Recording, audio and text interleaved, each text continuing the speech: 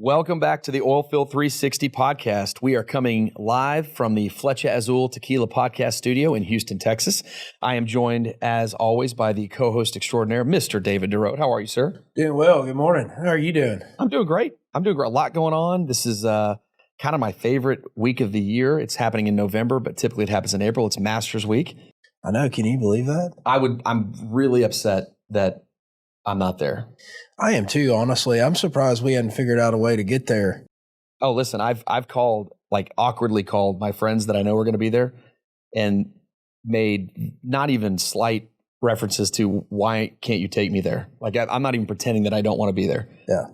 You can shop online. By the time this comes out, it'll be a week later, but they're allowing you to go on and shop in the Masters.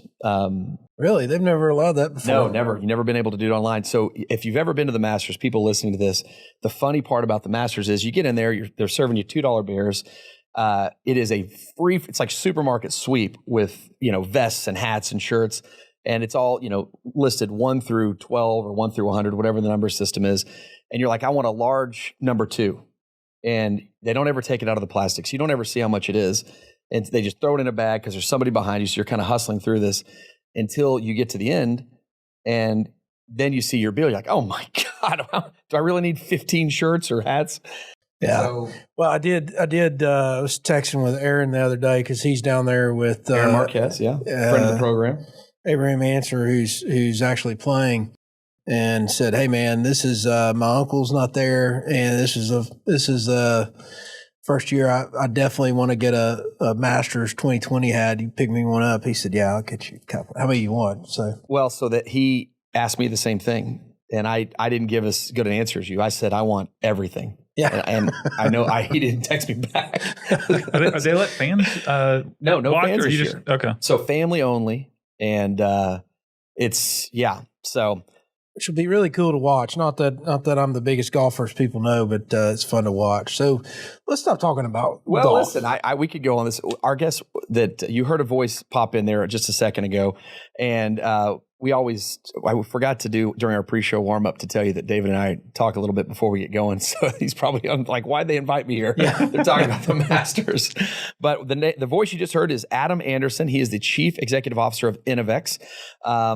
Adam, welcome to the show. Well, thanks for having me. It's a pleasure. Have you ever done a podcast before? I've done one before, far less formal, but I did James West with Evercore hosts of the podcast. Oh, I did James that is a year or so ago. Well, we're way better than him. And I like James.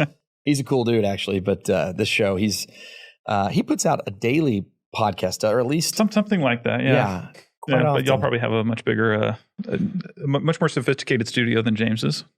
Well, it's all good stuff. James is a good guy. He is a good guy. He's funny. We're supportive of anybody putting out a good, positive message about the energy industry. Correct.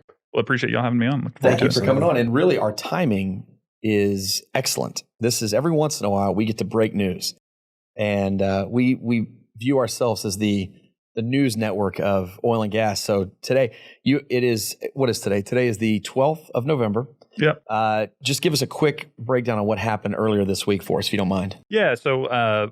The timing is excellent. I'd like to, we are excited to announce that on Friday last week, we signed a definitive agreement to acquire Rubicon Oilfield International. We, I guess, did the official press release on Tuesday this week. So the news just hit the public, but we're really excited about it. I think both companies have been really successful over the years.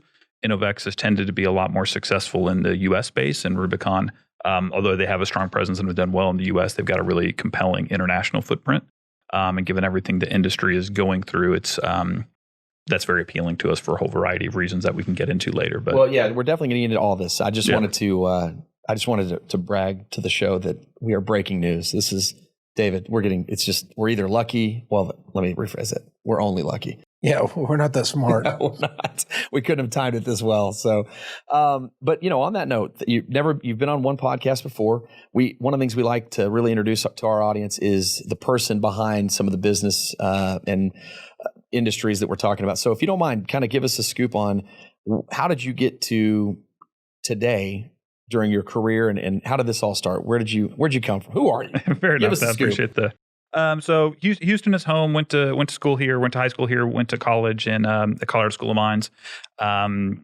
it came out in the late 90s, like 98, 99, when the business was pretty the worst time before today that we've seen over the last $20 barrel oil kind of stuff. So went to work for a small service company that did deep water completions called PES.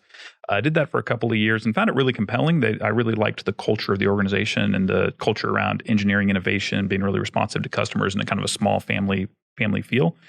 But it became pretty obvious that if I wanted to do what I wanted to do with my career, I was going to have to get a broader exposure to more things across the oil and gas industry. I didn't want to get so pigeonholed into one specific technology. So I left there and went to Baker and spent about 12 years with Baker in a whole variety of roles. And Baker was great people, great products, great brand. So I spent the bulk of my career there doing a lot of different things. And they were kind of, I was very fortunate to get the opportunity to do a whole variety of different things, from manage some product lines here in the US. I spent 3 years in Saudi Arabia managing the business over there, came back to Houston, and then did a variety of jobs. I managed Latin America for a year. I was the investor relations guy for Baker for a year. So I got the chance to do just a ton of stuff, and it was great for my learning. You started there in 2002. Yep. And for 12 years till 14. That might be the best 12-year run in a Baker career. Yeah, truly, you probably got to see everything: the drilling, the fracking, the sub, the onshore. Yeah, I was very fortunate, and when I went to Saudi in like 2006, I got lucky on timing on a lot of things, as you guys talked about. I think anybody who's been pretty successful in their career has got to acknowledge that you take advantage of those opportunities when they present themselves, but you got to have a few things fall your way. And I went to Saudi at a time when that was really a focus for the company. We went through a tremendous period of growth over there, so I was probably got more credit than I deserved for some of that. But that was a wonderful experience, and I came back in 2009 to the U.S. and was involved in the U.S. completion tool business from like 10, 11, 12 kind of time period when the Bakken was exploding. People were running like 50 frac sleeves in every well, and got to be a part of that success. So ultimately, I got the chance to be around some really great people and at really great times in the industry. Right. So that really helped kind of make that career special. So Baker was a great place, but I left in 2014. I guess it had run its course at some point. I realized that Baker was a great place, but we had divergent views on kind of how to view the world. So they nicely asked me to do something different. So I left in 2014. Spent a few months kicking around the industry, networking with people, thinking about what I wanted to do. And I had I think my view was I was not ready to do the entrepreneurial track. I wasn't ready for a variety of reasons to start my own gig, but I very much wanted to be part of something smaller where I could really help build and grow something. So the idea of going to a Schlumberger or Weatherford or something like that wasn't particularly compelling. So I met the variety of different private equity groups, and I met Innovex Capital, who owned a business at the time called Team Oil Tools.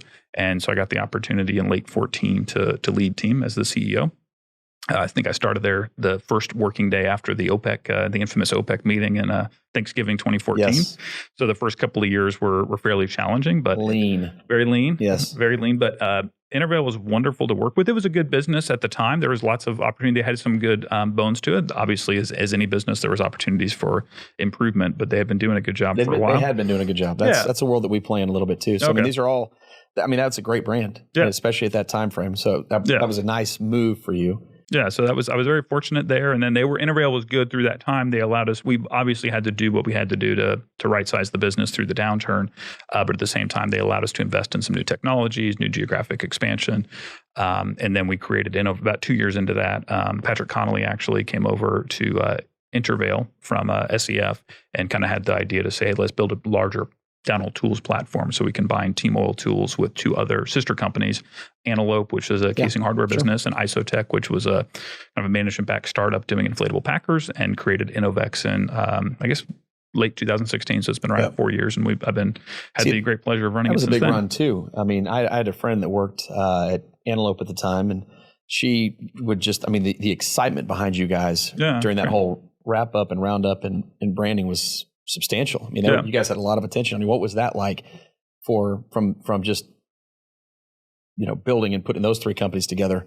Because that was a very active time for you guys. Yeah, it was extremely active. We had a lot of irons in the fire. Each of the businesses were still immature in different ways and trying to commercialize new products and into new geographies. So we were trying to keep what was great about each of the individual businesses, while at the same time bring together things under the Innovex brand and get folks thinking like that. I think what we had going for us is most of the folks from each of the three enterprises thought about things similarly and approached the world similarly. And I think we spent the first year, I would say, very much with the Hippocratic oath of do no harm, and let each of those brands, businesses continue to develop. And then about a year into it, we kind of flipped the switch and went to the Innovex brand, started to bring together sales, operations, engineering, and all the kind of logical ways that you would want to do that. And that's been tremendously successful. And I don't think any of the businesses could have been as successful on a standalone basis as we've been combined. What kind of challenges, if any, did you encounter when you were kind of merging those businesses together? That's pretty straightforward. There's a whole variety of challenges. I think the first and foremost is the culture that each of the companies had coming into it, and then what's the culture that you want to build for the business over the long haul. Inherently, folks from any great business, they're proud of what they do. They're proud of their brand. They're proud of the people around them. So as you bring those organizations together, inherently there's some decisions you have to make about what do you want your culture to be going forward? What do you want your culture not to be? Who are the key leaders going to be in the organization? So you have to, throughout that process, do what's best for the business, even if at times, it is not exactly what everybody on the team wants to do. So I think you just have to be pretty methodical about this is where we're trying to go, and try to bring people to your vision of what you want the business to ultimately be, while at the same time not leaving behind what they came from, but giving them something to kind of identify with and how the business can be even better on a going forward. Sure. Do you feel like you've got a culture inside of Innovex to where you want it to be now and for into the future? Are there any particular areas that you're keen to focus on over the next, call it 12, 24 months? No, that's absolutely. I think yes and no is the answer to that question. I think there's always there's always more we aspire to be. The way we define our culture and think about it is we have this catchphrase, no barriers, which people frequently within the company make fun of me for. It's a little bit ironic because most of everything that we build is a barrier in some way. But what it's really intended to represent is a culture where we tear down the barriers between ourselves and our customers and internally between the functions, so people really feel empowered to go take care of the customer first and foremost. Most of the folks on the team came from large, successful companies. Baker, Weatherford tend to be the two largest, let's say, legacy businesses people came from. And I think each of us recognized what was great about those businesses, but at the same time realized that, hey, if we wanted to outcompete them, we were going to have to be a lot more nimble than them. We're going to have to be a lot more responsive to what the customer wants, and maybe most importantly, be really great at identifying what are those emergent issues that our customers are seeing in the field, and how can we quickly identify, okay, these are problems that they're seeing in the field or how the market's evolving, and have a really strong engineering, manufacturing support team to say, okay, yeah, we can solve that problem, and let's jump on it and try to do it as quickly as possible. So breaking down those barriers between the needs of our customers and ultimately developing the next, great incremental innovation in the business is what we do, I think, really well. You said something. I know you're a petroleum engineer. How close to the manufacturing have you been in your career? I mean, I know obviously you've worked for manufacturing companies here, but have you been down in that world much? I'm probably a little bit less so on manufacturing. I spent probably the first 6, 8, 10 years of my career as kind of a technical sales guy. Yeah. So I think of myself as a failed design engineer as much as anything. So I probably spent the most time there. And that's probably one of the things most of the engineers in the organization would attest to, that I like to ask them probably more questions than they would like at times and say, hey, what have you thought about doing this? I've been probably doing it like that. You mean from a commercial standpoint or? Yeah, and even the product standpoint. Yeah. Hey, how do we make this thing work a little bit better? And so I think we have pretty collaborative teams on, hey, how do we make this product a little bit better? How do we get to market a little bit faster with something? So I would say I'm pretty close to the engineering, and that's always been something near and dear to my heart. Manufacturing obviously is critical to supporting that. I'm not a manufacturing guy, but I think we've brought into the organization a leader of the manufacturing team is probably the most customer oriented leader of a manufacturing organization I've ever worked with. So that really helps make us successful. You mentioned a sales engineer. What a lot of sales guys listen to this podcast as well. Mm-hmm. How did that time as a sales engineer, customer interaction, kind of prepare you for? Because it's interesting to say that you're talking to your engineers maybe more than they would like, but it's probably your experience dealing with customers, I would imagine. Yep. No, I think so I think it's critical, and I think it's for what we do. Every business is different. In fact, I was listening to the podcast you did with the Brigade guys on the way out here. Yeah. And obviously super impressive guys. I don't have nearly as cool stories to tell as those guys. By the way, they wouldn't sit where you're sitting. This is typically David and I's standard operating. And they said, no, it's nice to meet you guys. We're going to sit over here. And I'm like, yeah, no problem. I'm not going to tell them no. I'm kind of the same way. I like to have the tactical advantage, which I couldn't figure that out. But when I got Bliff and Pope sitting in here, I'm okay sitting on the other side of the ring. I mean, and you're not going to tell them no. No, not happening. I'm like, yes, sir. That's fine. I'll sit on the floor if you let me. So I loved your part about I'm just like a goat. I just freeze up and die. That's great. just hide. That's all I'm trying to do. Yeah. Anyways, let's get back into this. The reason I reference that is I think it's obvious that what they did earlier in their careers was really formative to how they think about business and run business. And so I think to your question, Josh, thank you for bringing us back here. My time early on doing, going to see customers, and again, what we did in my early days of the PES and Baker was we would go meet with customers, ask them what their problems were, typically with kind of high-end deep water wells, and help come up with custom solutions to help them solve those problems out of our kind of tools. And so that ultimately has been probably the thing that one of the things I really, really enjoy. And I think I try to bring that to Innovex and tend to have a team of folks who are similarly minded and empower the sales guys and the folks talking to the customer to feel that, hey, we don't just have to, yes, we want to sell what we got, but at the same time, the places we've been most successful is we're able to say, hey, what we have is good, but if we could make some kind of incremental improvements for it, it would not only help this customer, but help customers across the entire basin. See, it's great to hear. It's kind of similar to the brigade stories with, there's certainly a focus on the technology on their side, just as there is on yours, but there's an extreme focus on their people. And having the benefit of working with the sheer number of folks that I get to work with, in the oil and gas industry in the various sectors, where I see a lot of companies, particularly a lot of private equity sponsored businesses, where there was a frothy market, or thought to be, and folks thought they could put lipstick on the pig and flip it to somebody. And a lot of folks are having to run these businesses, and where I see a lot of folks not paying attention or putting resources into is their people, and ultimately trying to address what the customers want and figuring out the solution from there. They're trying to get cute with financial engineering and this, that, and the other, as opposed to really addressing their core areas of focus, and probably their biggest risk is, one, their people, and two, their customers. And it sounds really simple and like, well, why aren't they always focused? And there's certainly lip service paid to it, but that attention and focus, what we got is great, but is there anything we can do a little bit differently and engender a deeper relationship with you by really giving you what you want and helping us make a better product, yada, yada, I think is incredibly important. It's easy to talk about, it's hard to do. And then having the people to help you ultimately drive where you want to go with the business. Because if you don't have the support of the folks, you're not going to get there, no matter how hard you try.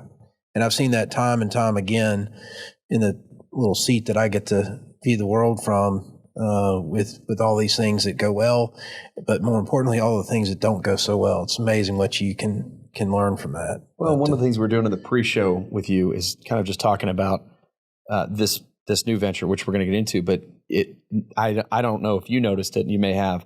Every sentence you had was about, well, this team and this team. And, to David's point, I mean, you are going to have to rely, and you have had to rely on your team. And you mentioned that you let your employees feel power to go out and take care of the customer. Yeah. What does that look like? How did your time over the last 18, 20 years of, working with teams internationally, domestic, what does that look like to you now? Yeah, so I think, and I think that's absolutely right. I mean, any business of this scale, if it's going to be successful, it's not because of what the CEO does, right, or even the direct leadership team below me. It's really, how do we set the team, the culture, the processes in place so that our folks, the sales guys, the operations guys in the field, the manufacturing engineering folks, and all the support teams work together efficiently. That's ultimately what really determines our success. And I think myself, the key members of the leadership team, all probably recognize that in this business, especially in the U.S. land business, your sales guys have to feel like, and the operations guys have to feel like the company has the resources to deliver for their customer, to be responsive to that. And I think we'd all seen times in our career where it felt like the support groups maybe ran the company, and the sales and operations teams were more let's say, subservient to that. And I think our view is that that's not the right way to run the railroad. So from the get-go, we said, hey, we need to have what we need on the ground to support our customers in terms of inventory. That's obviously a major challenge for our business. And most importantly, or maybe as importantly, be able to respond rapidly, because there's always things that they need that even our customers don't understand until the last minute, for a whole host of reasons. And our ability to be responsive to our customers, just saying, hey, we changed our well program now, or we're going to move the rig from, this pad we're going to drill over here. Now we're going to go to this pad, and the casing program's different and the frac program's different. You have to be able to take care of that customer. And if you're not able to do it, then there's somebody in this U.S. market, there's somebody right behind you ready to. Right. So I think that's what's critical for us, is ensuring those guys know that when they go to their customer, the organization is going to be behind them to deliver the product and quality service that they need. So are y'all doing anything? You hear a lot of companies that are looking to machine learning and AI and all this kind of stuff to kind of not only help themselves better predict where they need to be, but also in some cases help their clients better think about what they need to do. Are y'all looking at any opportunities to? I don't know that we're that smart. We're not. That's not our core expertise. I think we try to stick to our knitting and what we do well. I think ultimately we're tool guys. We understand that part of the business. Sure. So that's really where we try to zero in and focus on. And we're certainly open to those kind of solutions. We've just not seen any yet that really it's evident to us how that's going to really be successful in our business. Maybe we're dinosaurs in some ways, but I think our view is, hey, let's keep a really good, it's still a very person-driven business. Let's keep a really good relationship with those folks in the office, in the field, and that'll be the most important part of it. Look, I don't mean to. That's refreshing to hear, and look, it is. It's very refreshing to hear, because there's obviously technology is a big deal, and we're going to use buzzwords even on this conversation, with regard to different words that investors like to hear, right? And I don't want to dismiss any of that. I really don't, because there's true value in what our industry is doing, but at the same time, it's refreshing to hear a CEO say, look, we're gonna do what we do well, which is take care of our customers. Go to see them in person. In fact, if you watch us on camera, you'll check it out here. But he is wearing some very cool shoes, some very cool socks, and jeans. He says, "Oh, I'm sorry, I'm a little casual right now. I'm off to Saudi immediately after this podcast." And number one, in the world of Corona or apocalypse, take your pick on what you'd like to describe us in currently. It's nice to hear somebody going out and seeing customers, whether it be domestic or international. So, I actually think that it's very refreshing to hear that we're not going to try to outsmart what works, which is face-to-face interaction, shaking customers' hands, understanding their problems, addressing those problems, and solving those problems. Chris, I don't know if it's an effective strategy. If you look how the technology guys, the valuation on technology companies these days, and we should all probably try to be technology companies. Well, look, but I think over time, I think you got to have both. I think I think if it's not a binary discussion. I think anytime you can, if the technology truly is there to help you make better decisions and help your clients make better decisions, I think it's just the next step in this concept of continuous improvement. But I don't think there is any replacement for in-person interaction. I mean, there's a reason you're going to Saudi. Yep. There's a reason Clay Williams at NOV goes to Saudi. I mean, there's a reason I get out and go see people. There's a reason John Daniel, who offices with us in here, gets out and goes sees people. It's powerful. It's meaningful. So I wouldn't beat yourself up on it. I was just curious, because there are a lot of companies that are trying to say, how do we do things differently? And working with a number of operators that I do, operators are also trying to figure out what they do really well, what stuff they should push to a third party, and provided there's a really compelling reason to do so. And I think some folks, like the Brigade guys, the Axis guys, they've got some interesting technology they're utilizing to show additional value to their customers that's hard to replace, and quite frankly, an area where they can push on to that preferred partner if they get that far. But talk to us about, Josh mentioned the apocalypse and COVID year 2020. How has this impacted your business? I mean, certainly, I think Ray Charles can see that it's definitely impacted the demand and in the market. But in terms of supply chain, have you had any supply chain disruption issues? As it relates to the various parts, components, pieces of the tools that y'all put together? And that's been pretty. We've had. I guess the broad answer is obvious. Obviously, our business has declined dramatically. Probably right now half-ish of what it was at peak. Which, fortunately, you'd also do all sorts of things to ensure that the company continues to be successful. In terms of like how we function, how our supply chain works, the supply chain has been pretty. Knock on wood, has been. Pretty resilient, I would say. Most of what we do, most of the manufacturing supply chain is domestic. We did get a very little amount of stuff from the Eastern Hemisphere. So that early on in the virus, there was some issues going on in that part of the world that impacted things, but it was pretty modest. And like I said, for most of what we do, it's U.S. sourced equipment and materials and things. So we've been able to manage it. And hats off to the folks in the field, in the shops that are both at Innovex and our suppliers, the steel manufacturers, the machine shops. I mean, those folks have continued to grind through this thing nonstop. And so we've been very blessed and fortunate that we haven't had massive disruptions from that perspective. Certainly some impacts here and there, but for the most part, we've been very fortunate on that front. That's the world that we play in for the most part during our day jobs. And it is, you mentioned team, like you have. That's one of my first questions was about your manufacturing. It is, you do have a good team throughout, and you're kind of moving into the Rubicon. There's a lot of really great people there as well, and I'm interested to know, what does that look like for you as far as you guys are going to be? You have your brand that you've currently built. You have Rubicon that's done a great job of kind of presenting themselves and building up over the last couple of years. What does the new company look like? It's brought in completely. Will the Rubicon brand remains, go away? How does all this look? What does this look like?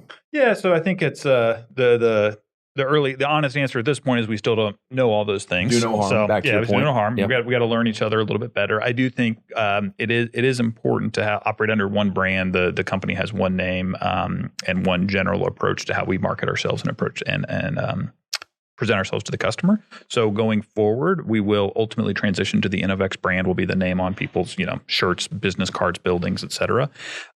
Because both businesses were built partially organically, partially through acquisition, there's a number of great brands that exist in both businesses. So the one of the prime examples within Rubicon, for example, is the Logan fishing tools. Any fishing tool hand in the U.S. knows Bowen and they know Logan. Those are kind of the two preeminent brands there. So we'll certainly have the Logan brand will still be how we refer to that product line, how we refer to the tools, but Innovex will be the name of the company. That's how we're thinking about it today. But obviously, there's a million questions to answer over time on how we do that. But to your point, absolutely, there's a lot of great folks in the Rubicon organization, and certainly through this time, if you're not really talented, then in the oil field in 2020, then you wouldn't still be part of that organization. So I think there's great people there, and really couldn't be more excited about that opportunity to bring those two teams together and look for growth opportunities. That's exciting. Yeah, no, we've been really lucky on the show to interview a bunch of people and to talk about, what makes their company special, right? And not just their company, but what makes the individual special. And the focus on people has been, I'm not young, I'm not old. I'm kind of in that still early development of where do we want to go. And don't say it, David. I'm very young. And, but my point is I've been blown away by the leaderships of these companies' view on people. It just seems like a singularly focused view on this is what we want from our people, because ultimately it makes the company great. I mean, did you have somebody that brought you up in your early career that said, like, this is how we do it, or this is what you should look at? Mentors? Yeah, I think absolutely. I think that in general, one of the things that I'm proud of to be around the oil field is it is a great group of people, and it is a people business, and probably all things are. I'm just biased. This is what I've known, but I'm probably very biased. But I think given the nature of our business, how remote so many of our teams work in the field, and the things we ask folks to do, I think just inherently attracts people who are very capable and really special people. So I think we're all very fortunate on there. And ultimately, you can't run an oilfield service oilfield service company without really great people. So I think that's probably why that theme resonates with so many leaders in the group. But yeah, I think throughout I had a number of mentors along the way. And in fact, I would say one of my mentors is a guy that works with me now, a gentleman named Mark Redout, who runs our he's COO of the business, and Mark is probably the single best leader of people that I've been around. And so I think I've learned as much from him as I have from anybody. But there's been a lot of folks along the over the years that I've interacted with where you take the good and the bad. I remember I had one boss that I was like, this guy, I've learned more from this guy, both in terms of good things and bad things. But very even the things that you're like, I wouldn't do it like that. I think even those are learning. Great learning opportunities. I just threw myself off that little comment there at the end, but I want to put you on the spot a little bit if I can. And you're in a difficult segment of the market, right? I mean, you're tied heavily to the rig count. What is your crystal ball, which I'm sure is just extremely clear, no issues whatsoever? What does it feel like? What does it look like? Where do you see? I mean, obviously, 2020 we can write off right sizing, all the key buzzwords that go through 2020. But 21, I mean, I have to be honest, just on this side of the microphone, I feel like 21 is going to be a better year. We're already seeing different inquiries from products and customers, both domestic and international. What does 21 look like to you? Oh man, I've already. We can whip out the Flecha Azul and we can have we've already drank on that actually, so we screwed that up. But it is it's a fair question. I think the honest answer is we don't really know, but I think I'm pretty bullish on 21, 22. I think you've had just so much demand destruction this year, which has led folks to cut back on capital spending, not only here but internationally. This is probably the most severe international downturn we've seen maybe ever. So I think. As I think at some point we'll get a vaccine to this thing. We'll get some, obviously we had some good news this week. I think maybe some more coming today, hopefully. So I think at some point we'll have a solution to the problem where people will return to life as normal. And I'm not to our earlier conversation, I'm not a believer that, okay, now suddenly everybody's going to go, we're going to live on the internet. And I was like, I think that's, some things will transition that way. We've certainly had a few meetings where it's like, okay, this one makes more sense to do remotely. But I think as we talked about earlier, this business, I presume most businesses, you got to meet people. You got to be face to face. You have to be out there with your customers, with your employees. So I just think that over the next 12 months, it might be the latter half of 21, but I think at some point during 21, we will see a return to some level of normalcy in terms of oil demand. And with the implosion of capital spending and the nature of the beast on the U.S. Shale decline, I see a point at some point in 21 where we do see a pretty robust recovery. Now, that said, we also have so much resource here that I think the days of getting to $100 oil is behind us because you can just turn on too much production here in the U.S. too rapidly. But yeah, I certainly think 21, 22 are going to be a lot stronger than what we're seeing today. So we're fairly bullish on that. But, our crystal ball is, mine is historically pretty fuzzy. So where do you go for information? Like what's a place that, periodical or that you read, magazines or websites, where are you hunting information? John Daniels, one of our research friends here.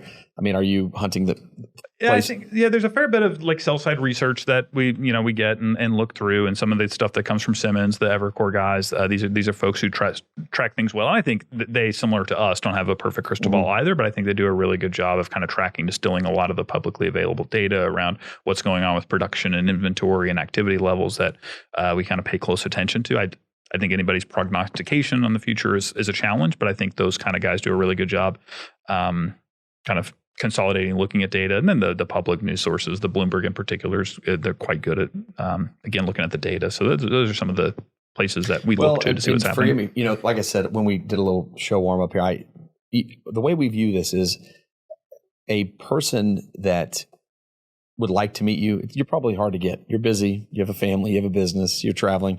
So someone's not going to get 20 or 30 minutes with you very often. So we view, I really do. I view the responsibility of the person sitting in that chair as, thank you for coming and talking about you and your company, but there's another you 20 years ago, right? And so like what should that person be paying attention to matters to me that they get to hear.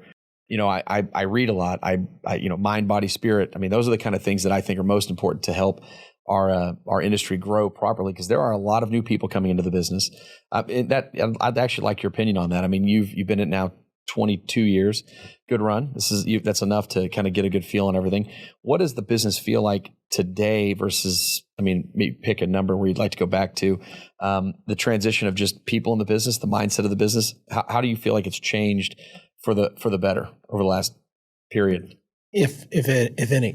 Yeah, no, Yeah, that's an interesting question. I have not probably thought through a lot. So I think probably in some ways it's similar. I do think the most obvious area where there's just been a huge change of mindset is around the HSE culture. Now, when I started my career, I was doing deep water stuff, and that was probably emergent at the time. I did probably less U.S. land stuff. I think if you look at the U.S. land business today, it's transformed versus what it was 20 years ago, both in terms of scale. How folks look at HSE, how folks look at the culture out there in the field. I think that's probably changed most dramatically over 20 years. So don't leave that part because I want to pick right back up. But when that is such a great thing about the podcast that, anybody outside of the oil and gas would never think that health, HSE has become such a big focus on what we've done. And I mean, that you're a 22-year guy and you're saying that's the number one thing that you think has increased. I wish people would hear that more often. Yeah. I wish we'd tell that story more often. Well, those issues that come as a result of that are indications of an inefficient culture, either poor training, poor management, opportunity for improvement, whatever. And when these things happen, it's just an indication of an area for,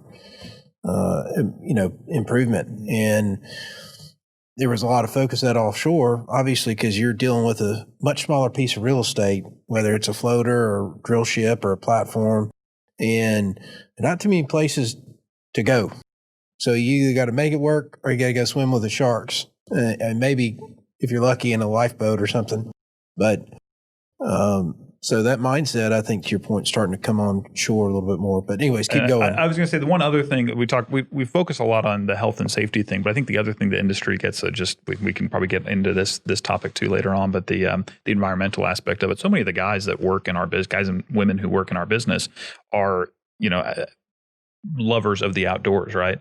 And I think there's been a huge push over the last 20 years as well, and probably going back further than that to really, do right by the areas and the environments that they work in. And I think that gets totally underappreciated. I think that really the folks in our business probably experience the outdoors and appreciate it much more so than a lot of the so-called environmentalists.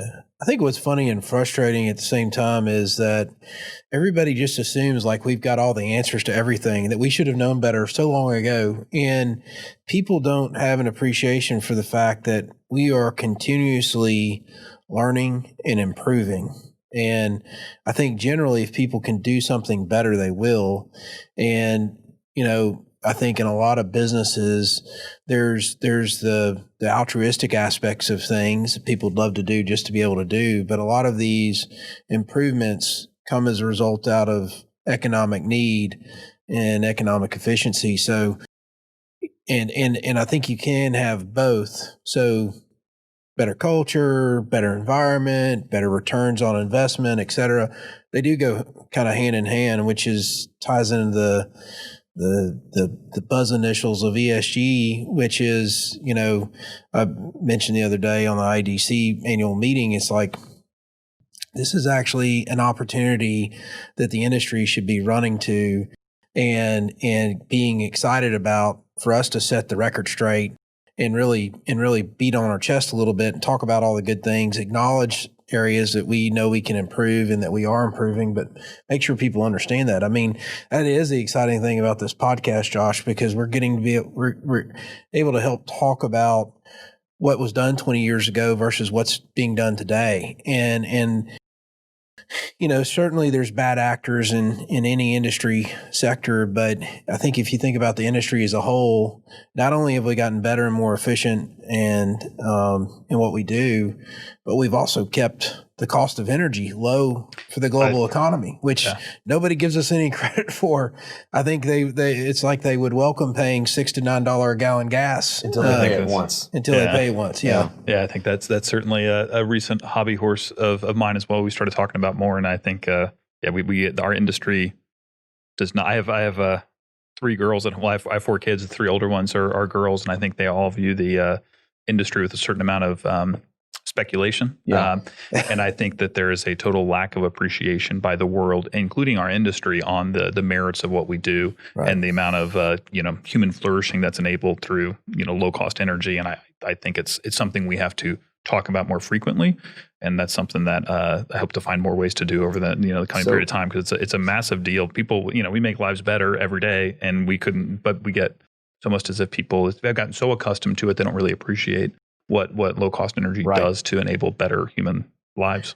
The funny thing is that the opponents to the industry are the ones that are benefiting from the industry and their ability to do so. Yes. Twitter, iPhones, all that stuff wouldn't exist without the oil and gas industry. Yeah, the on-demand economy of Amazon and these things all will not thrive without low-cost energy. So we're going to take just a second here away from the business side and just acknowledge that you went 3 girls and then decided to risk it all for that boy. Yeah, that's a good point. Yeah, you could have gone 4 straight daughters, and you had the last one's a boy, huh? Yeah, we're not. It's not that we're planners, but yes, that's certainly how it worked out. We had the three big ones are all off in college now, and the boy is 10 years younger. But we were blessed to have him come along. That's great. That's awesome. 10 years later, so yeah, he's awesome. got to appreciate having 3 older sisters. I mean, that could work out well for. Yeah, that just means spoiled. 3 kind of mini moms at some level, right? It is, but he is spoiled rotten. Yeah, because he has five adults who dote on him and nonstop. So no, he's very fortunate. Well, I'm the daughters of your daughters, our kids, David's as well.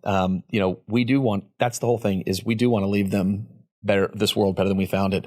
And it's interesting. There's a book that we reference fairly often on this, the Moral Case for Fossil Fuel. Yep. You've read it? Yep. Wonderful. Okay. So Alex is going to come on the show. If the world wasn't ending, he would have been here already. But those are the kind of things where it's easy for us in Houston, Texas, to talk about the things that we want better. But there's people in all over the world that we want to help them out as well, right? There's a woman that spends 4 hours a day gathering water and wood, and that would be a lot easier if you could just click a button and your house is warm and your sink has water in it, right? So those are the things that get lost in bad press, if you will. I don't really know what the right word is, but just I think it gets totally underappreciated, and I think that admittedly, we're biased. I'm 5th generation oil field and live in Houston, Texas, petroleum engineer, so I come to it with certain biases.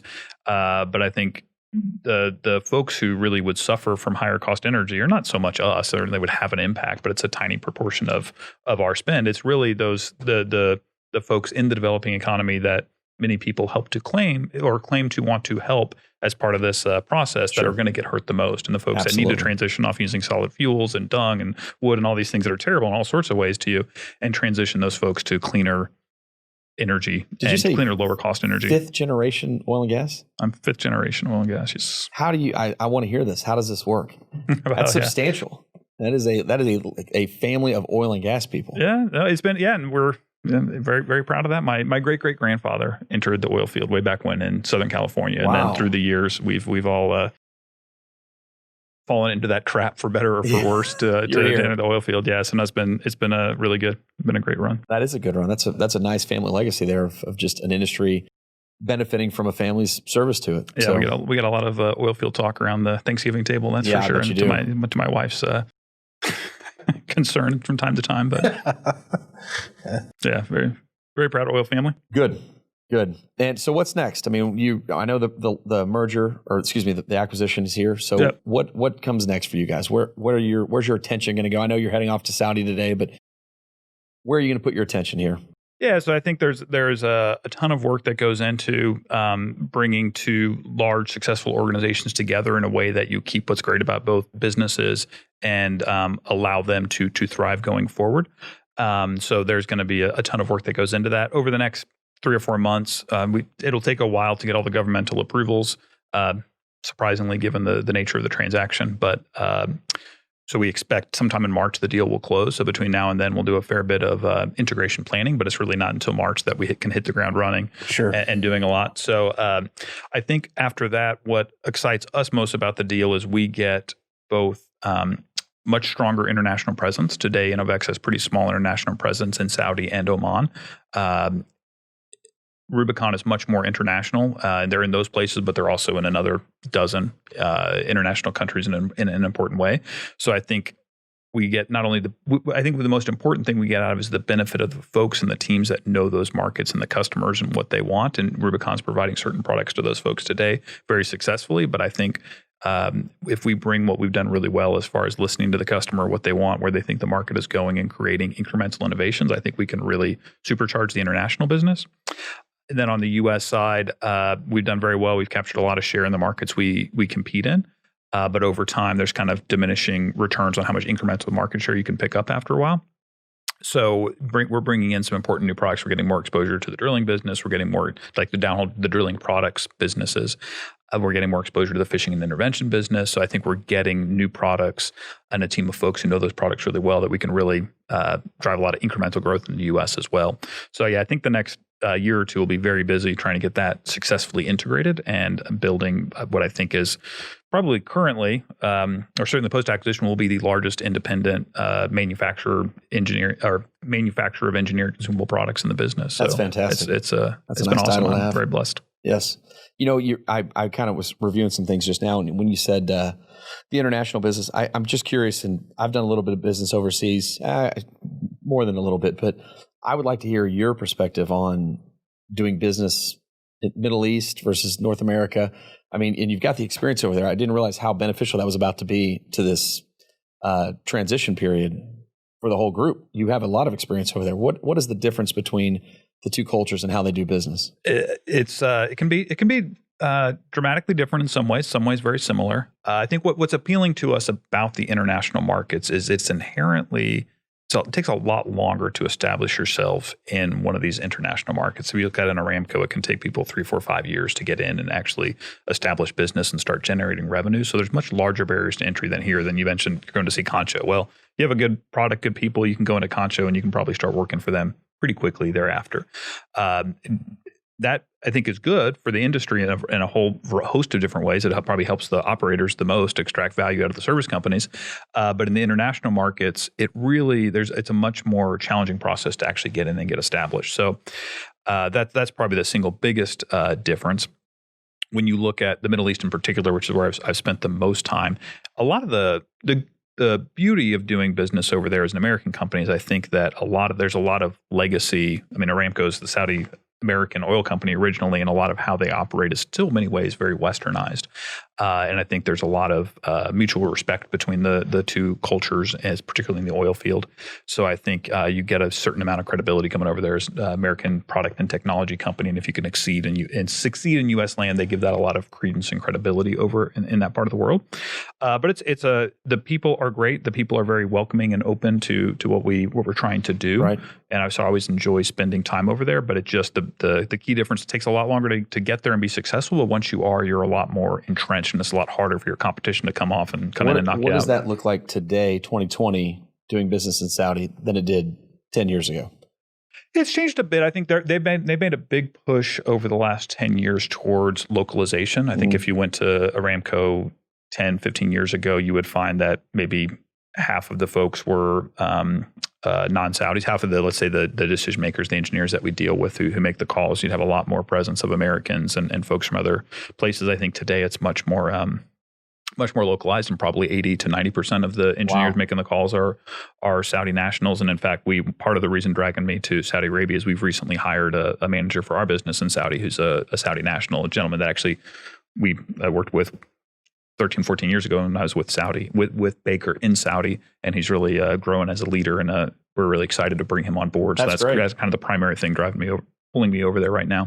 Yeah. So I think that's been a big push for them. They're making a big push into more local manufacturing and trying to make it easier to do business over there. Isn't there I should know more, but I know some of it, but isn't there like a rating system or a scale they weight you on? Yeah, it's called ICTVA, which is In Kingdom Total Value Added, which is it's trying to estimate basically of the revenue that you generate in Kingdom, how much do you basically recycle into their local economy through the employment of locals, through just spending money locally. So yeah, they're striving to get everyone to 70%, which is a really challenging goal. Sure. And certainly nothing that we're going to get to quickly, but I do think their expectation today is, okay, you're going to have local leadership, you're going to have local talent in your organization. Whereas 15 years ago, that was an aspiration, but was not something that was the same level of expectation. Believe it or not, we're pretty big in Saudi. So we have quite a few downloads. Awesome. It's one of our top 10 countries. Awesome. So a lot of people will hear this. So okay. Yeah.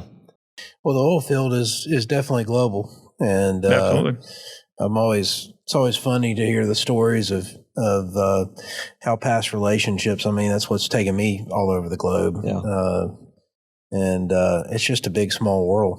Absolutely. It's one of the beauties of this business is the opportunity to see the world and meet people from all over. We were loaded up in Saudi and we had nobody in Nebraska. Nebraska was our last state in the union to join the podcast. We made a huge push about it, like making social media is kind of making some funny jokes. Nebraska's actually coming up in the States. It's skyrocketed now. So they've moved up. So Nebraska, if you're listening, thank you very much.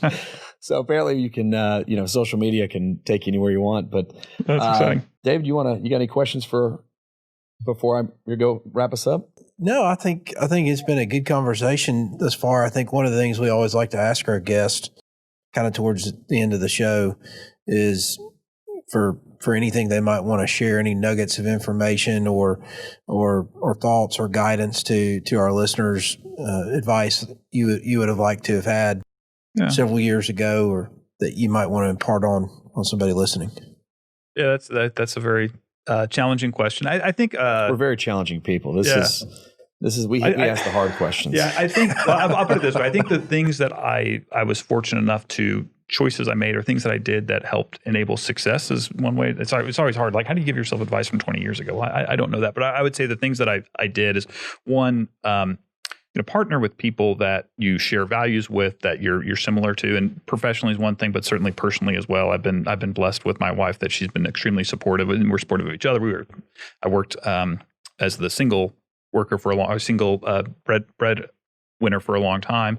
She's recently gone back to work, and I think through that process, we supported each other a lot. I've picked her up and asked her to move to the Middle East, and probably make 10 different moves over the years, and she's been super supportive of that. So I think that's super important, is to have somebody that you're aligned with on how you see the world and how you want to raise your family. Because if you're not going to be successful there, it's really hard to. Has she enjoyed getting back into the workforce?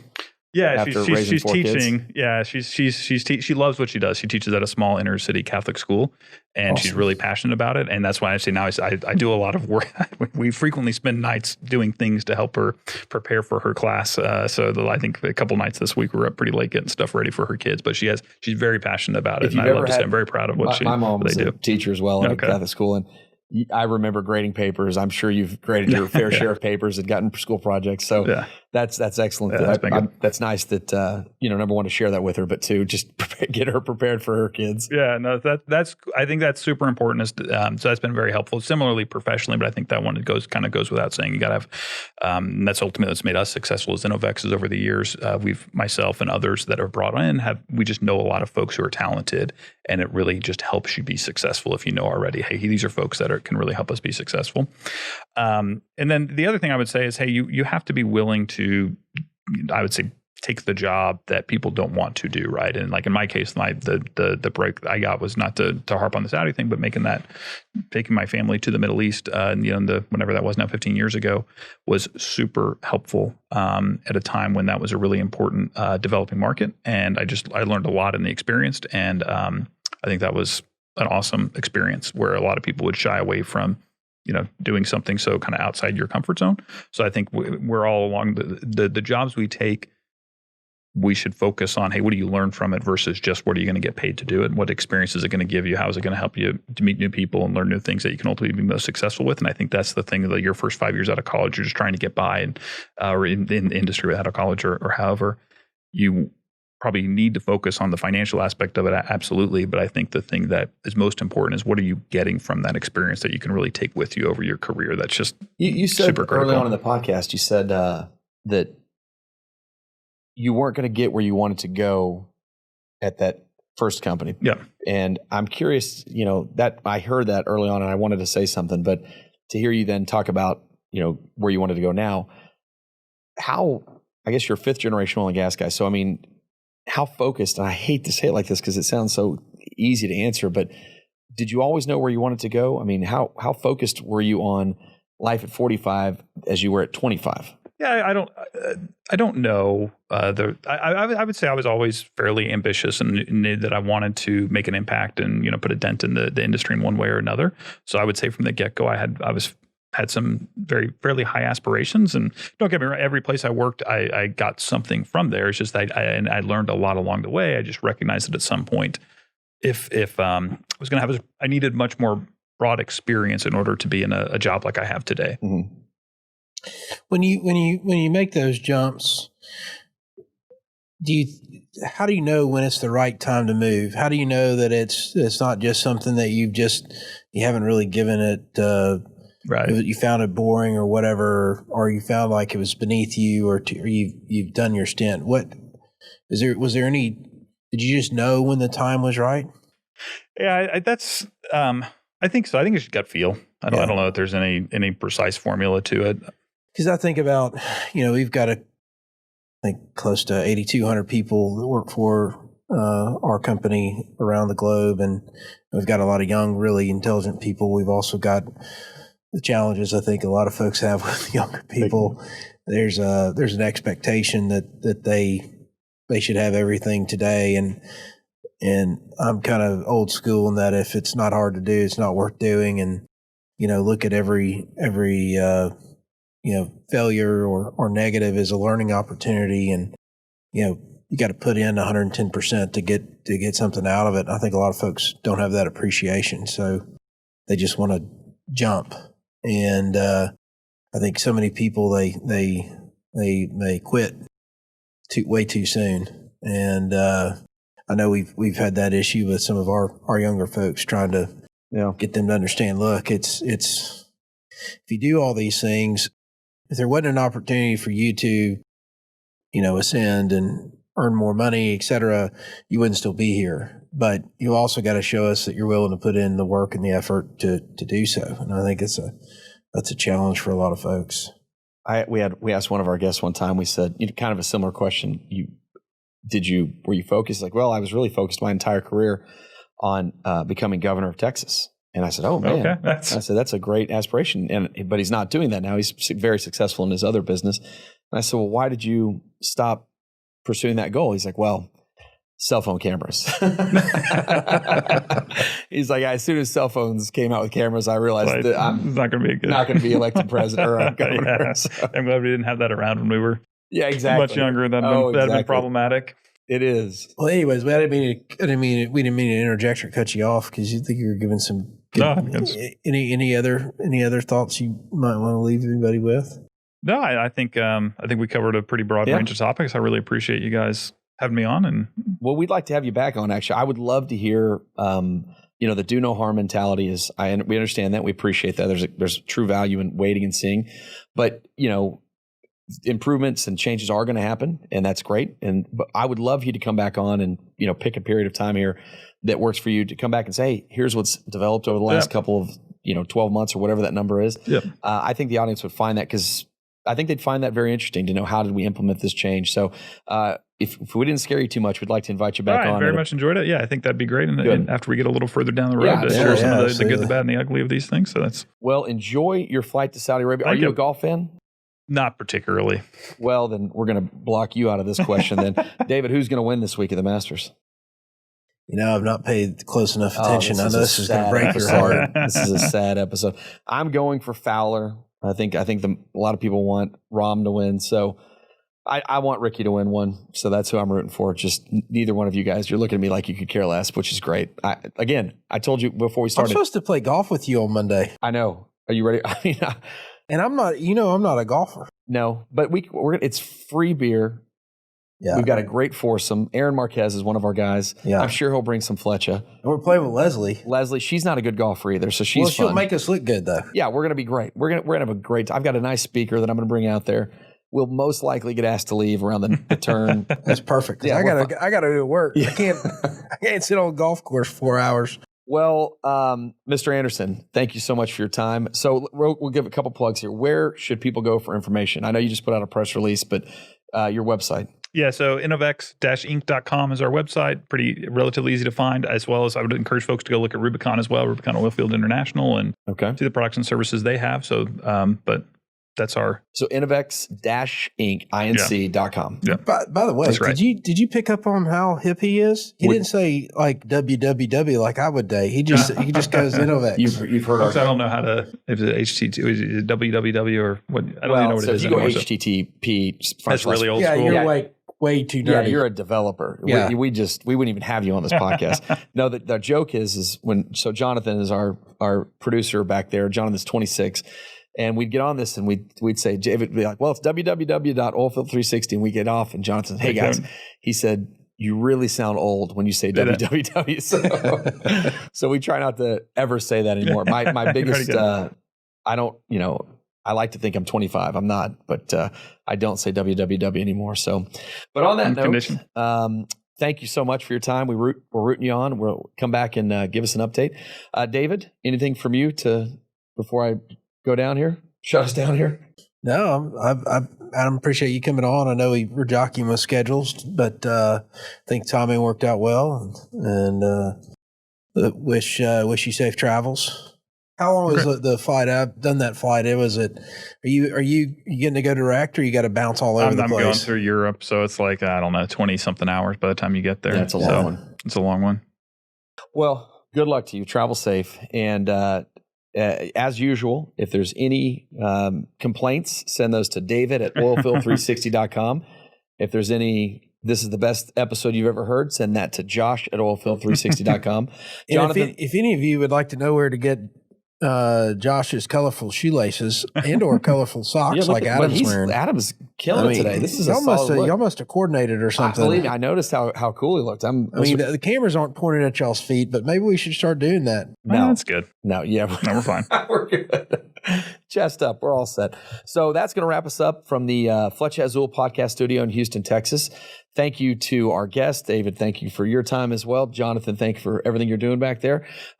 Any questions, look us up at www. Damn it, I did it. Yeah, old man. I did it. Old man. Damn, I got it. Oilfield, just go to oilfield360.com. Thank you. Hip David, thank you. And look at all our social media channels on the interweb, and we can go from there. Again, thank you guys. Thank you, audience. We are exploding, and I just want to tell the audience, thank you guys for listening. One of the coolest things is the amount of people that listen to the last to 98% of the episode is just unbelievable. So we know there's a lot of you that are actually listening to this, and we sincerely appreciate you guys. Good luck to everybody. Thank you. Awesome. Thank you. Yes, David, Josh, appreciate it. Thank you, sir. Thank you. For more information on today's guest and to learn more about our sponsors, please follow us on LinkedIn, Instagram, or at oilfield360.com. Piper Sandler Companies, NYSE PIPR, is a leading investment bank and institutional securities firm driven to help clients realize the power of partnership. Securities brokerage and investment banking services are offered in the U.S. through Piper Sandler & Company, member SIPC and FINRA. In Europe through Piper Sandler Limited, authorized and regulated by the Securities and Futures Commission. Asset management products and services are offered through 4 separate investment advisory affiliates. U.S. Securities and Exchange Commission, SEC registered Piper Sandler Investment Management LLC, PJC Capital Partners LLC, and Piper Sandler & Company, and Guernsey-based Parallel General Partners Limited, authorized and regulated by the Guernsey Financial Services Commission. Simmons Energy, a division of Piper Sandler, are the energy specialists of Piper Sandler.